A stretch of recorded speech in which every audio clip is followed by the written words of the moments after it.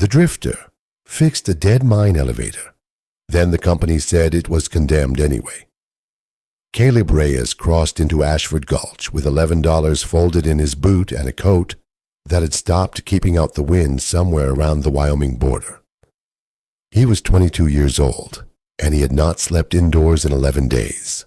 The first thing he saw, before the gas station, before the 2-block strip of storefronts, before anything that could be called a town, was the black mouth of a mine shaft, cut into the mountainside above the last row of houses, and above it, standing against the gray sky like something the mountain had forgotten to bury, the rusted iron frame of a hoist.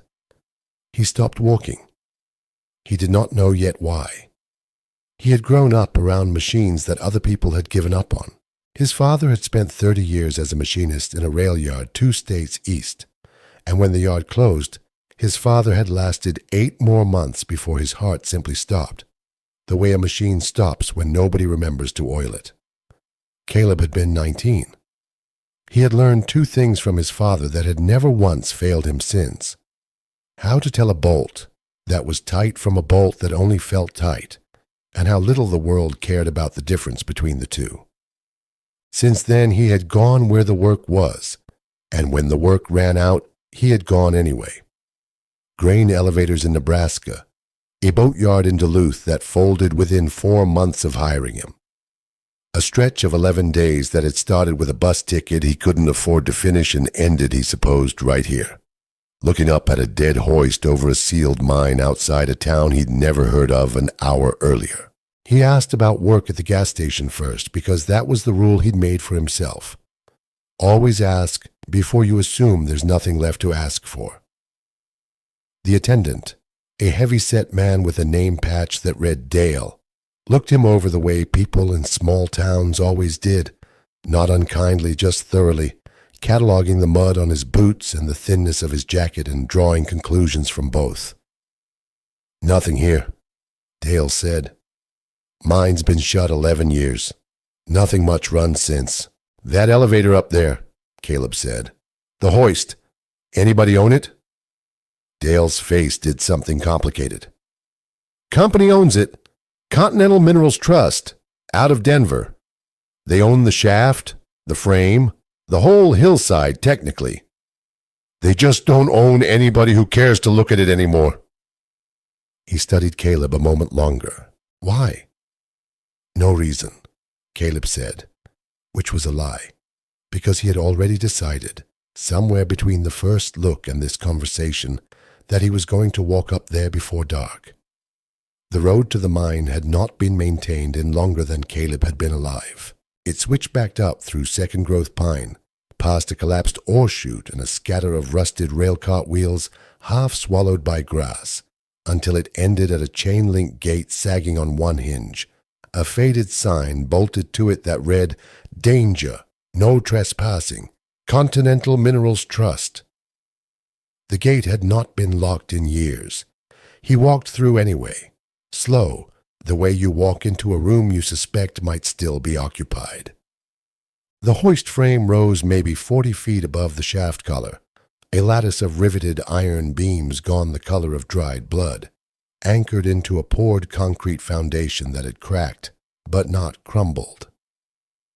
At its center, a cast-iron drum the size of a truck tire held a coil of steel cable that ran up through a sheave wheel at the crown and disappeared down into the black square of the shaft. A small operator's shed stood off to one side, its tin roof caved in on the north corner, its door hanging open on one hinge the way the gate had. Caleb stood there a long time before he touched anything. That was another rule his father had given him, though he'd never once said it in so many words. Look at the whole machine before you decide it's broken. The brake lever on the hoist was seized solid, locked in the engaged position by 11 years of rust. The cable, when he ran his hand along it, was oxidized on the surface but hard and unfrayed underneath. Someone had greased it before the mine closed, and grease, unlike hope, tended to outlast the people who applied it. Inside the operator's shed, a control panel with 2 levers and a manual brake wheel sat under a felt of dust, and beside it, nailed to the wall, a faded chart showing shaft depth markers in 50-foot increments down to 600 feet. He did not have a plan yet. He had, if he was honest with himself, nowhere else he needed to be. That was reason enough to start. He slept that first night in the operator's shed, wrapped in his coat and a length of oiled canvas he found folded on a shelf, and in the morning he walked back into town looking for day work, and instead found out what it meant to be the stranger who had been seen walking up to the old mine. "Heard you spent the night at the Alma shaft," said a woman behind the counter of the diner, before he'd even had a chance to order. Her name tag said Peg. She said it the way people say things they already expect you to deny. "I did," Caleb said, because denying it would have cost him more than admitting it. Peg's mouth thinned. "Man died up there. 1980. Cable snapped on the loaded skip, dropped 40 feet before the safety dogs caught it, and it still crushed his leg so bad he bled out before they got him topside. Companies had it condemned ever since. You want to break your neck in a hole nobody's touched in a decade, that's your business. But don't come down here telling folks it's fine, because it isn't." He didn't have an answer for that, so he ate his eggs and left.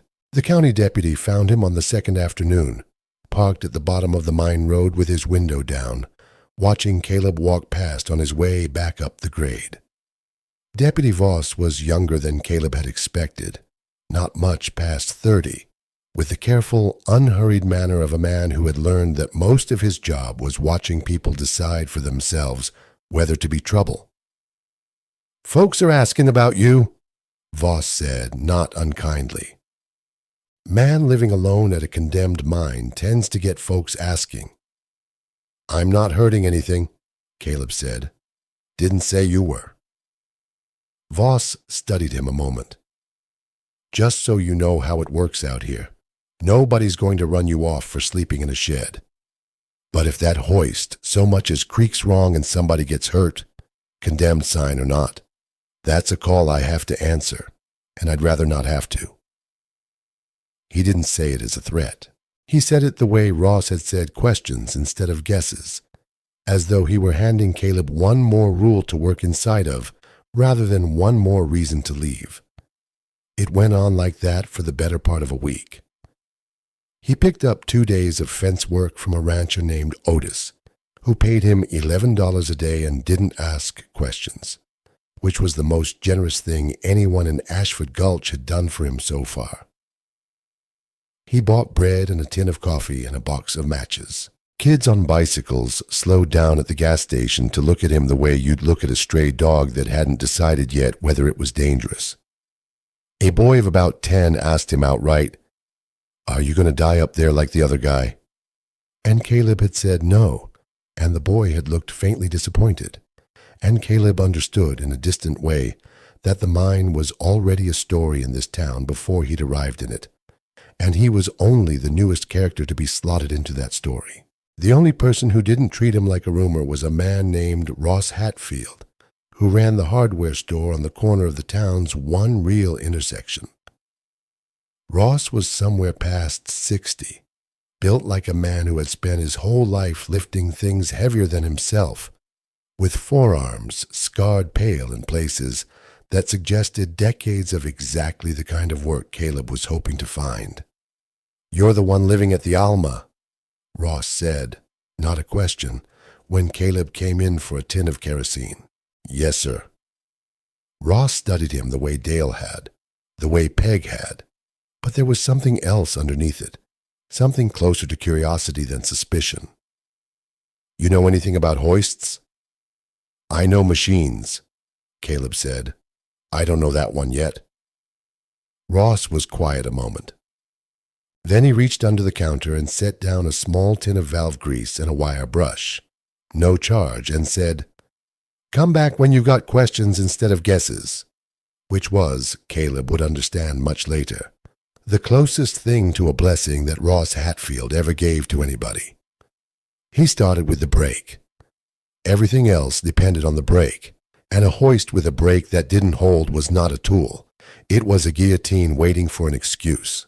He mixed the valve grease thin with a little kerosene, the way his father had taught him to loosen a seized mechanism without forcing it, and worked it into the brake drum housing a little at a time, over 3 days, letting it creep into the corrosion rather than trying to break the rust by strength alone. On the 4th morning, he put the full weight of his body against the release lever, and the drum groaned, and then it turned, a long, reluctant note that he felt more than heard, traveling up through the frame and out across the whole silent hillside. He counted that as the first real thing that had gone right for him in 11 days. The cable was next. He paid out 50 feet of it by hand, inspecting every foot for broken strands, and found only surface oxidation until he reached a section near the middle where 3 strands had frayed clean through. Old damage, he guessed, though he never said so out loud to anyone, and never had to ask who it belonged to.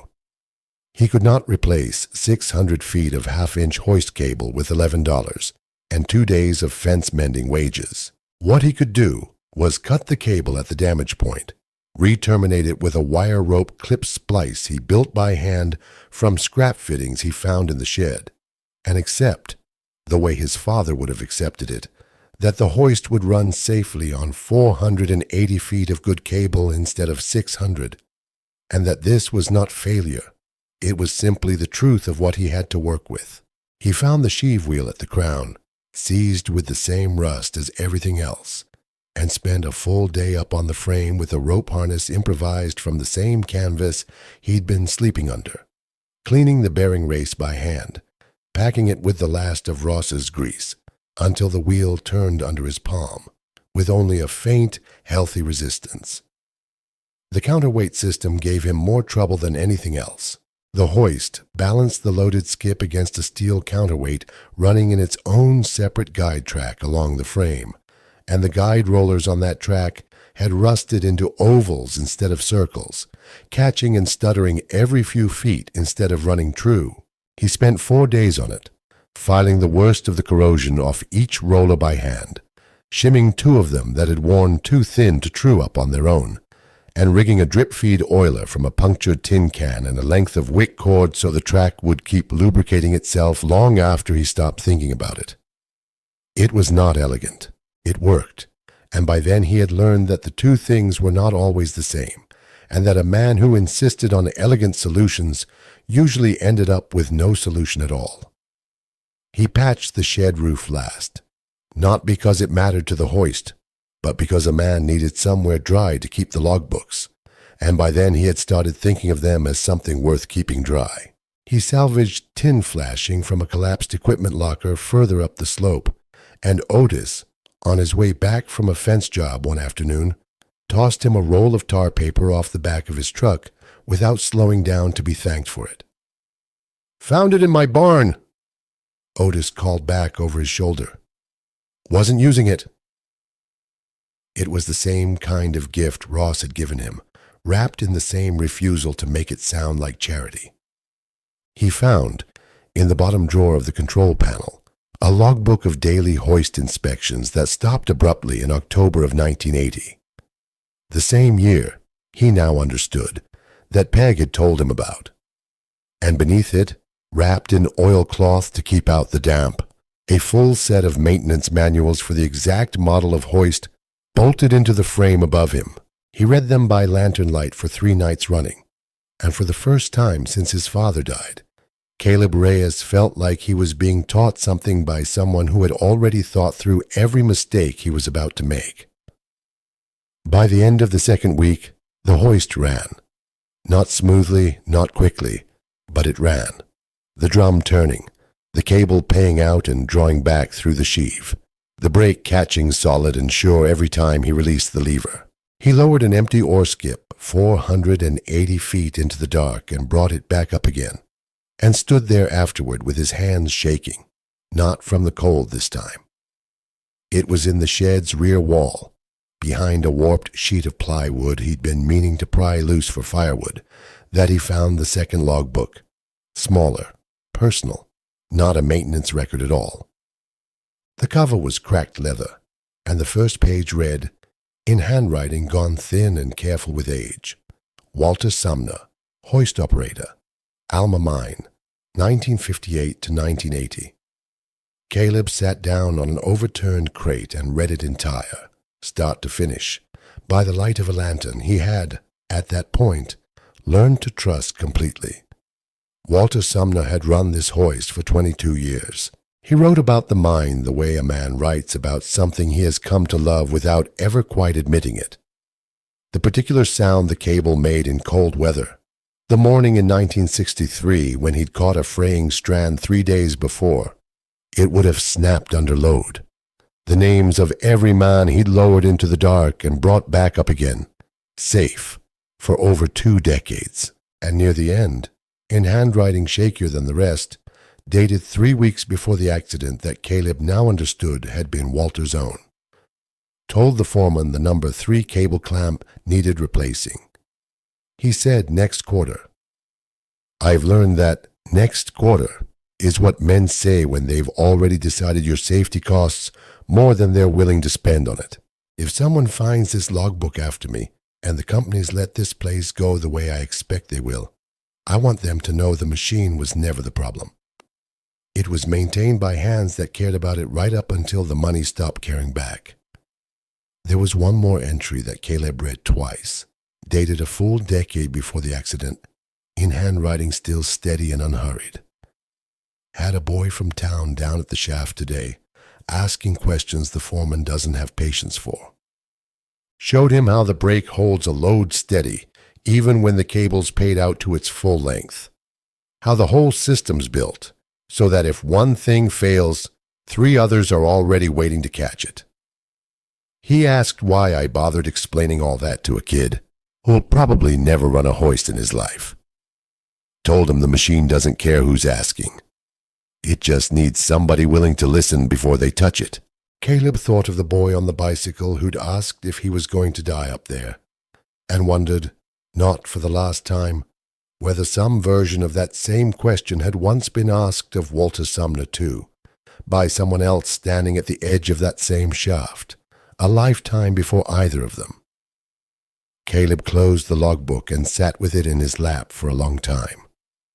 He understood, in a way he hadn't fully let himself understand until that moment, that he was not simply fixing a machine. He was finishing a conversation a dead man had started 20 years before Caleb was born, and it had specific words for whoever came next.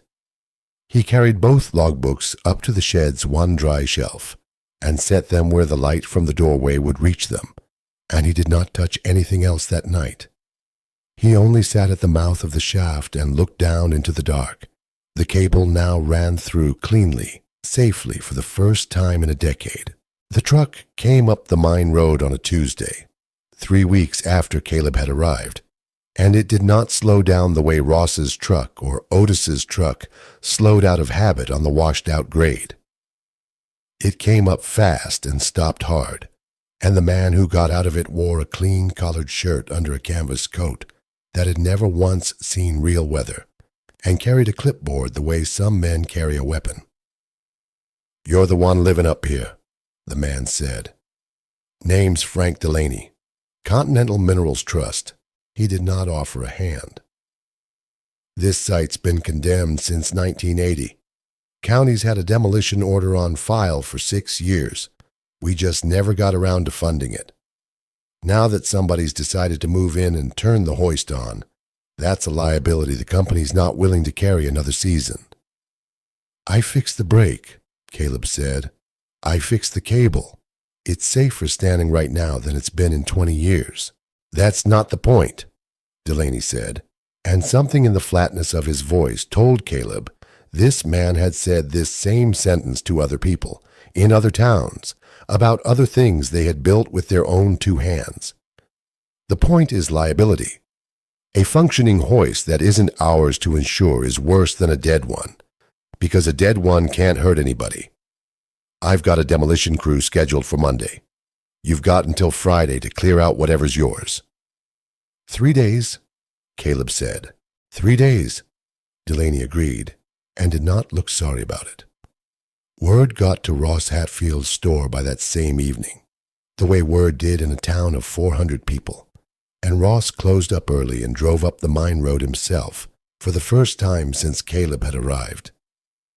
He stood at the shaft collar looking at the hoist running clean and quiet, the way it hadn't run in his own memory of the place. And he was quiet a long time. They condemned this thing the year after Walter Sumner died. Ross said finally, "I was 26. I remember the foreman standing right about where you're standing, telling the crew the company wasn't going to spend another dollar on a mountain that had already cost them a man's life.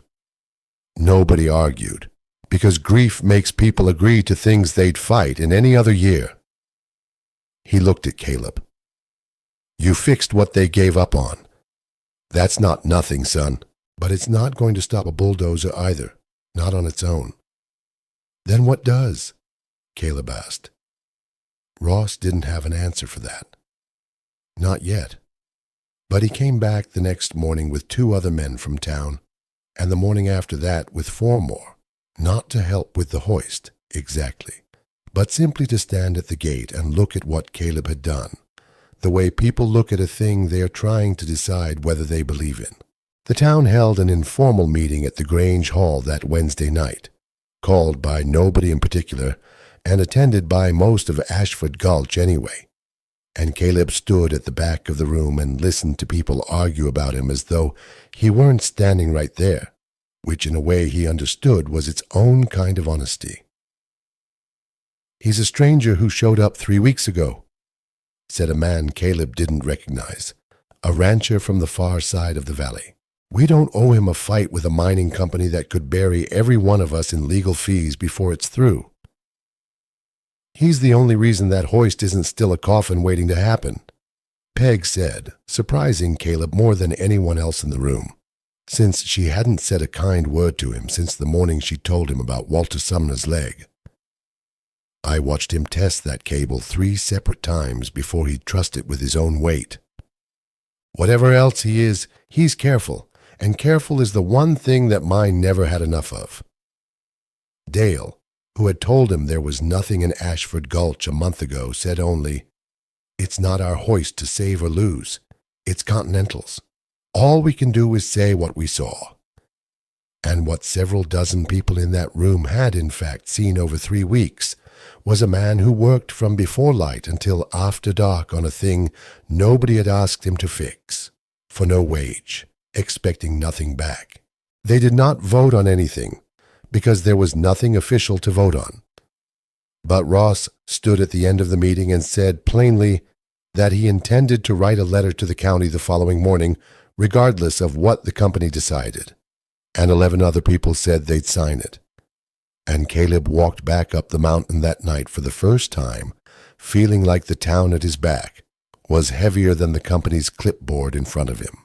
The storm came in on Thursday night, faster and harder than the forecast had said it would. The kind of early-season blizzard that dropped the temperature 20 degrees in under 2 hours and turned the mine road into a sheet of ice before anyone thought to close it. It was Ross who came pounding on the shed door a little after 9, half frozen, his truck abandoned at the bottom of the grade where the ice had finally beaten it. "2 boys," he said, before Caleb had even gotten the door open. Otis's grandson and the Aldrich kid. They went down into the lower gallery through the old ventilation adit 2 hours ago on a dare, and the storms brought a rockfall down across the adit mouth. It's sealed. There's no way out for them except straight up the shaft, and the only thing in this whole county that can bring them up is standing right here. Caleb was already moving. "How far down?" 400 feet, near as anybody knows. Maybe a little more. The cable's good to 480, Caleb said, and for the first time in 3 weeks, he was grateful, with his whole chest, for every hour he had spent making sure of that fact instead of guessing at it. He lit every lantern in the shed. He checked the brake twice, then a 3rd time, hands numb, wind screaming through the frame overhead loud enough that he had to shout to be heard. Ross worked the 2nd lantern and the 2-way radio, relaying what little the boys' shouted voices could carry up the shaft, while Caleb lowered the skip by hand, foot by foot, feeling every yard of cable pay out through fingers that had learned over 3 weeks exactly what healthy tension felt like and exactly what didn't. Frank Delaney arrived at the gate at some point during the descent. Caleb never saw him arrive, only became aware, sometime near the 300-foot mark, that Delaney was standing at the shaft collar in his clean coat, with his clipboard forgotten, somewhere in his truck, watching in the lantern light with an expression Caleb didn't have time to name. The skip touched bottom at 410 feet. 2 frightened voices confirmed it from below, and Caleb began the ascent, slower than the descent, testing the brake at every 50-foot mark, the way Walter Sumner's logbook had taught him to. At the 200-foot mark, the drum caught.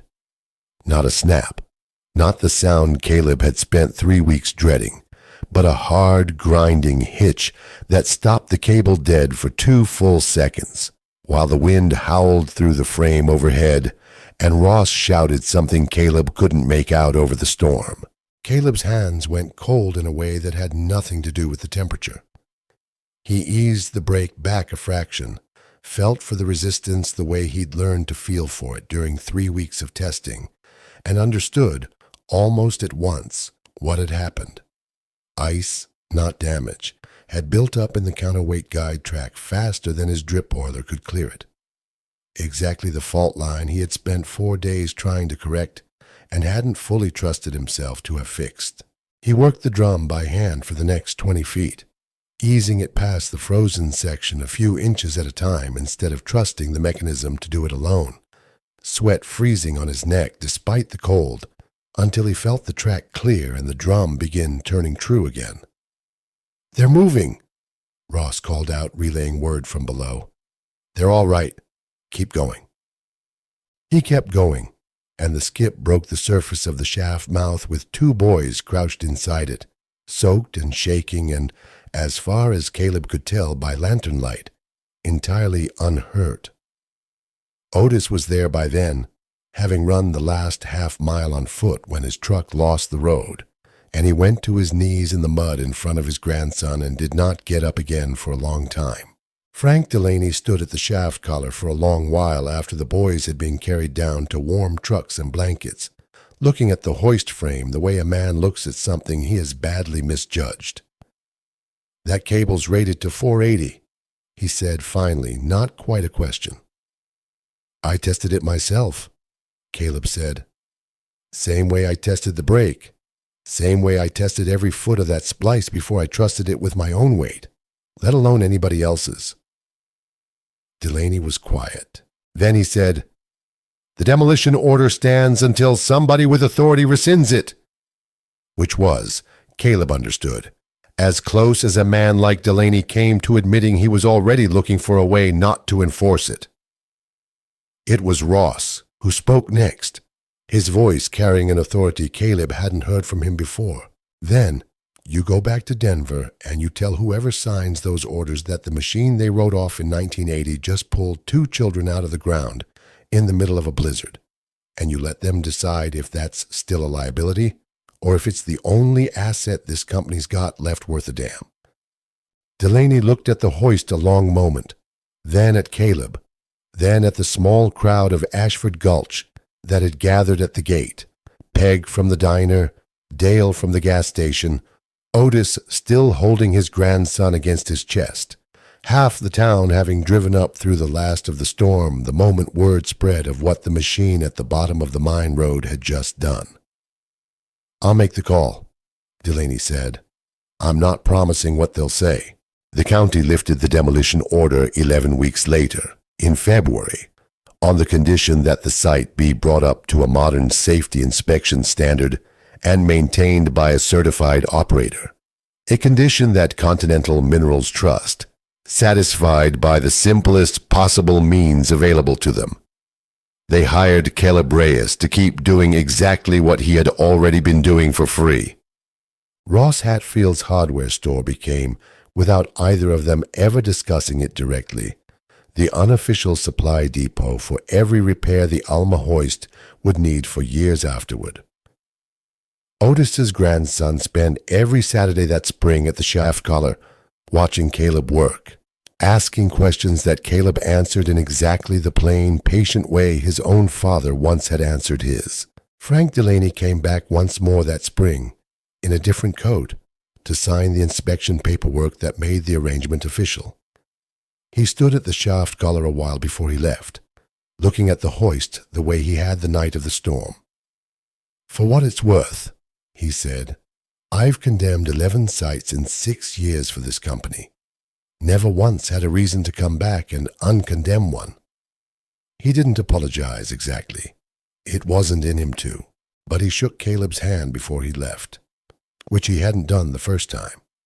And Caleb understood that for a man like Delaney, that was very nearly the same thing.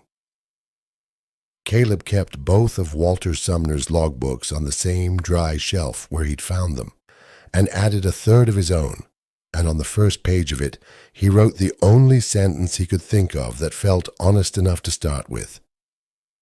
This machine was never the problem. It was maintained by hands that cared about it. I intend to keep it that way. He never left Ashford Gulch. 3 years later, when a smaller mining operation 2 counties over needed a hoist rebuilt from nothing, they came looking for the drifter who'd fixed the one everybody else had already given up on. And Caleb went and finished the job and came home, because by then Ashford Gulch was no longer just the town where he'd happened to stop walking 11 days into a journey with no destination. It was the one place, out of all of them, that had finally asked him to stay instead of asking him to leave. So here's the question worth sitting with tonight. How many machines, how many places, how many people get written off as condemned simply because the ones in charge decided they weren't worth the cost of caring for anymore? And what would change in any of our own lives if just one person walked up the hill anyway and looked at the whole of a thing before deciding it was already broken?